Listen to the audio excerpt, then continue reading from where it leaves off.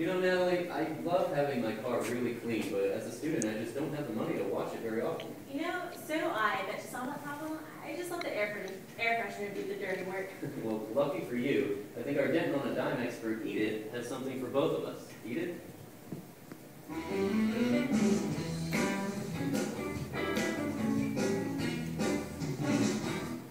Well, April showers bring May flowers, but they also bring pollen and dirt that leave our cars looking less than glamorous. But who wants to spend the money on a car wash if it's only going to rain a few days later? Well, there's a place in Denton that solves that dilemma. The Wash Factory is a local car wash located off Loop 288. A wash costs you only $3, but the best part, free vacuums and mat cleaners are provided. It's a great medium between the higher-priced car washes and gas station ride-throughs. This is a true Denton treasure with the best deal in town. The place is owned by Brad Mann, a UNT alum who says he knew people in Denton were spending way too much on car washes. And as a result, the ever-affordable Wash Factory was established.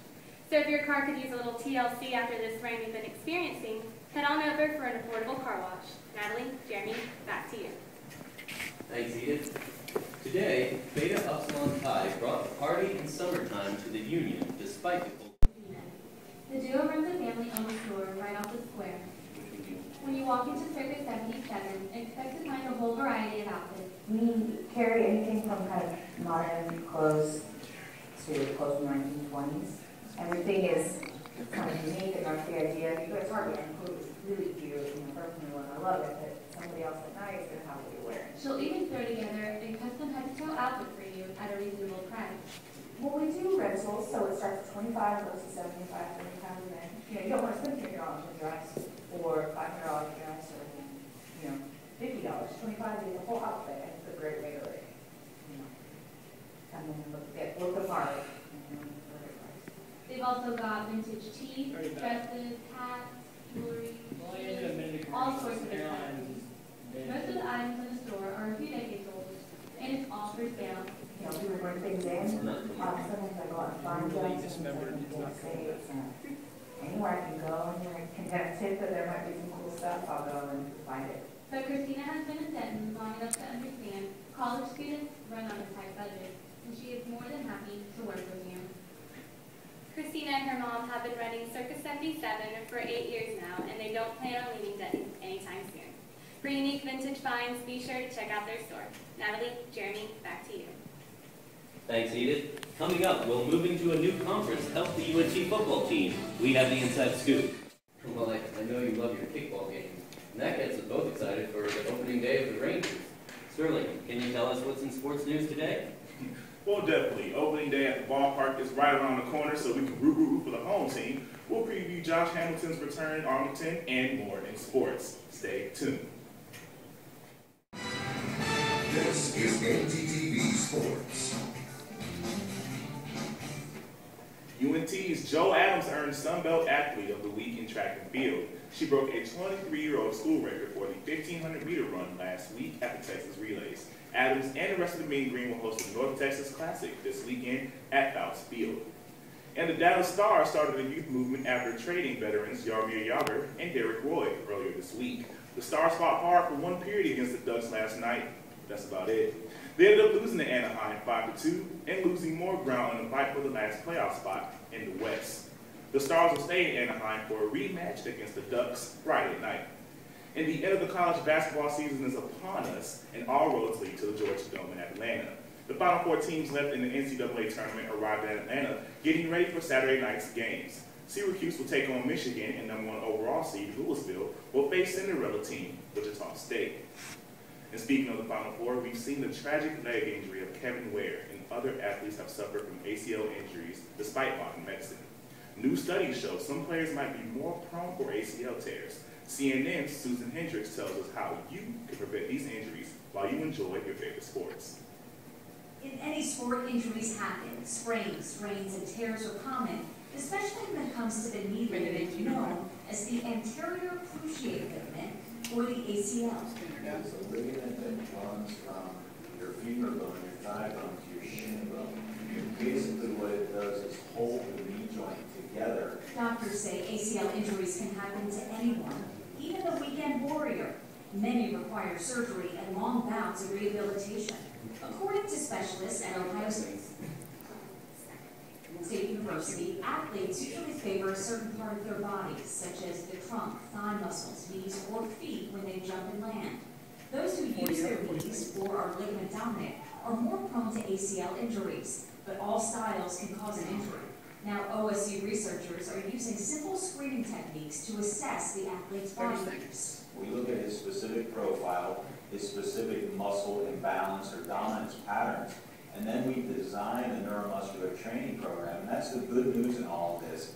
The techniques are so accurate that the NBA has asked OSU researchers to help identify which of their athletes are at high risk and come up with programs to try and prevent injuries. For today's Health Minute, I'm Susan Hendricks. Thanks, Susan. The Mavs are looking for a win and a prayer as their 12-year run of making the playoffs is in serious trouble. The Mavs are coming off a 20-point blowout loss against the Lakers. Dallas will face the Denver Nuggets tonight in the Mile High City. The Mavs are 14-23 on the road, while the Nuggets boast the best home record in the NBA. Tip-off is at 7. The Mavs need a win as they're 2.5 games behind the Lakers with 8 games left. And in baseball, opening day at the ballpark in Arlington is less than 24 hours away. The Rangers are fresh after back-to-back shutouts against the Astros and will open their home season against Josh Hamilton and the Angels. First pitch is at 2:05 tomorrow. Derek Holland will take the mound for the Rangers. Well, that's all I've got for sports. Natalie, Jeremy, back to you. Thank you, Sterling. If you want a unique wedding, Las Vegas is the place to go, with drive-through chapel, Elvis, and a Denny's chapel. CNN's. Well, UNT Track and Field is in Austin this week, competing in the 86th annual Texas Relays. Competition began today with the women's pole vault and men's decathlon at Texas State University Track and Field Stadium. Check out meangreensports.com to keep up with the results from the Texas Relays. Mean Green football is gearing up for its first season in Conference USA, and there's plenty of hype and competition heading into the regular season. Matt Sizik gives us the scoop. The wind turbines above the North Texas practice field haven't heard much in the last 4 months, but spring has arrived. The Mean Green have already started their spring football as they get ready for the 2013 season. Coming off a 4-8 season, Indiana will face off against Syracuse. That's all for sports. Jeremy, Natalie, back to you. Thank you, Sterling. The basketball game is a great place to have. This is ntTV Sports. UNT will add 5 new members to its Athletic Hall of Fame. Walter Chapman, Brandon Kennedy, Ron Lipscomb, C. Dan Smith, and Jamari Thomas represent the 2012 Hall of Fame class and will be inducted on April 13th at 11:30 a.m. If you want to go, tickets are available for $15 each. On to March Madness. Don't feel bad if your bracket is already busted, because it's been quite a tournament.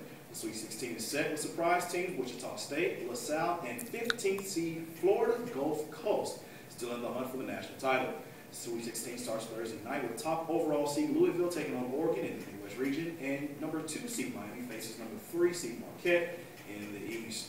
Speaking of Florida Gulf Coast, Fort Myers, Florida has a new nickname. They're calling it Dunk City, a name honoring Florida Gulf Coast's Cinderella run in the tournament. They dunked their way into the Sweet 16 by upsetting number 2 seed San Diego State and became the first 15th seed ever to reach the Sweet 16. Now, they're just enjoying their time in the national spotlight.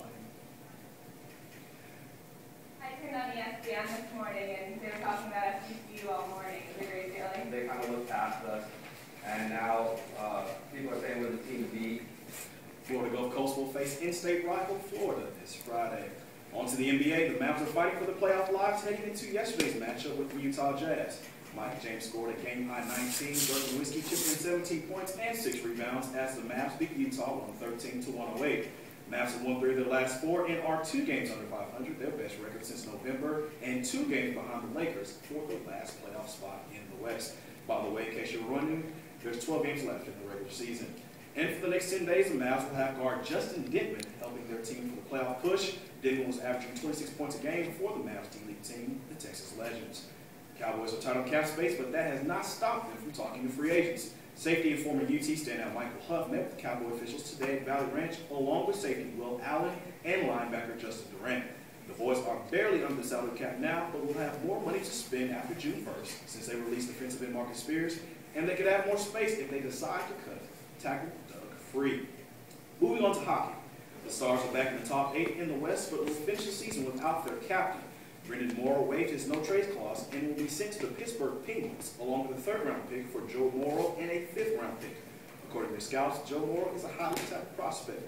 But the Stars have very little time to adjust to their life without Brendan Morrow. Although they've won 3 of their last 4, capped by a 5-2 win over the Avalanche this weekend, they host the Minnesota Wild tonight at the AAC. Face-off is at 7:30, so you still have time to catch that game. That's all I got for sports. Ashley, back to you. Thanks, Michael. Well, a man's best friend saves the day. An Atlanta area dog is being credited with saving his owner's life from a rough fire. So what's the story, Wishbone? CNN's Amanda Cook has a tail-wagging story. Rusty the rescue dog is getting full credit. Well, if that didn't sell you, maybe the $99 price tag will.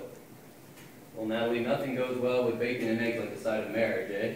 I think I might go with the stack of pancakes.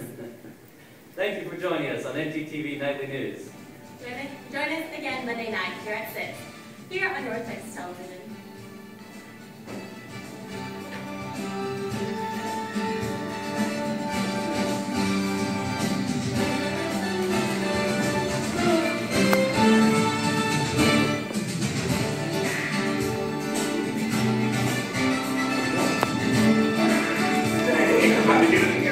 This is a fantastic show.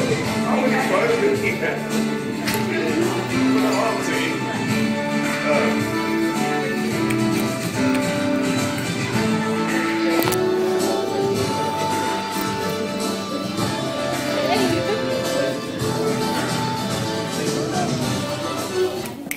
Dang it! I was gonna let you get him dancing. That was hilarious. Oh, you already get it? Wave hello. Oh, hey. That's awesome! So he got lucky. A side of marriage?